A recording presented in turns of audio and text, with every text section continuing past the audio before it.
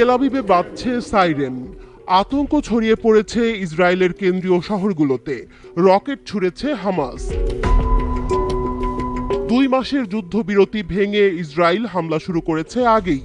এবার তার জবাবে প্রথমবার হামাস ইসরায়েলে রকেট হামলা চালিয়েছে। আল কাসাম ব্রিগেডের দাবি, তারা তেল আবিব লক্ষ্য করে M90 রকেটের ব্যারেজ নিক্ষেপ করেছে, যা তারা বলছে সাধারণ মানুষের বিরুদ্ধে ইসরায়েলি গণহত্যার জবাব। এই হামলা মধ্য ইসরায়েল পর্যন্ত পৌঁছানোর ফলে উত্তেজনা চরমে পৌঁছেছে। সপ্তাহের শুরুতেই ইসরায়েল নতুন করে গাজার ওপর সামরিক অভিযান শুরু করে। হামাসের স্বাস্থ্য মন্ত্রণালয়ের তথ্য অনুযায়ী মঙ্গলবার একদিনেই 400 জনের বেশি ফিলিস্তিনি নিহত হয়েছে ইসরায়েলি হামলায়। তারই পাল্টা জবাব দিতে বৃহস্পতিবার এই রকেট হামলা চালিয়েছে হামাস। ইসরায়েলি প্রতিরক্ষা বাহিনী IDF দাবি করেছে আকাশ প্রতিরক্ষা ব্যবস্থা আয়রন ডোম একটি রকেট ধ্বংস করতে সক্ষম হয়েছে।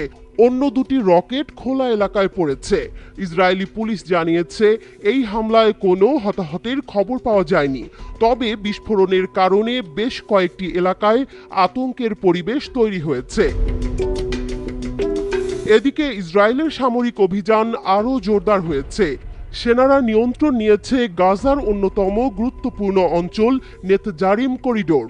এই করিডোর দখল করার অর্থ হল গাজা কার্যত 2 ভাগে বিভক্ত হয়ে গেছে। গাজা সিটি এবং উত্তর অংশ এখন পুরোপুরি বিচ্ছিন্ন দক্ষিণ গাজা থেকে। ফলে ফিলিস্তিনি জনগণের চলাচল আরও কঠিন হয়ে পড়েছে। খাদ্য ও চিকিৎসা সরবরাহ প্রায় বন্ধ। এই উত্তপ্ত পরিস্থিতির মধ্যেই হামাস হুঁশিয়ারি দিয়েছে, ইসরায়েলি প্রধানমন্ত্রী নেতানিয়াহু যদি এই হামলা বন্ধ না করেন, তাহলে তাদের হাতে থাকা বন্দীদের অজানা পরিণতির মুখোমুখি হতে হবে। আরও বলেছে, নেতানিয়াহু যদি গাজার ওপর এই বর্বর হামলা চালিয়ে যায়, তাহলে আমাদের হাতে বন্দী থাকা ইসরায়েলিদের জীবন ভয়াবহ ঝুঁকির মুখে পড়বে। এদিকে একই সাথে মধ্যপ্রাচ্যের পরিস্থিতি আরও অস্থির হয়ে উঠেছে।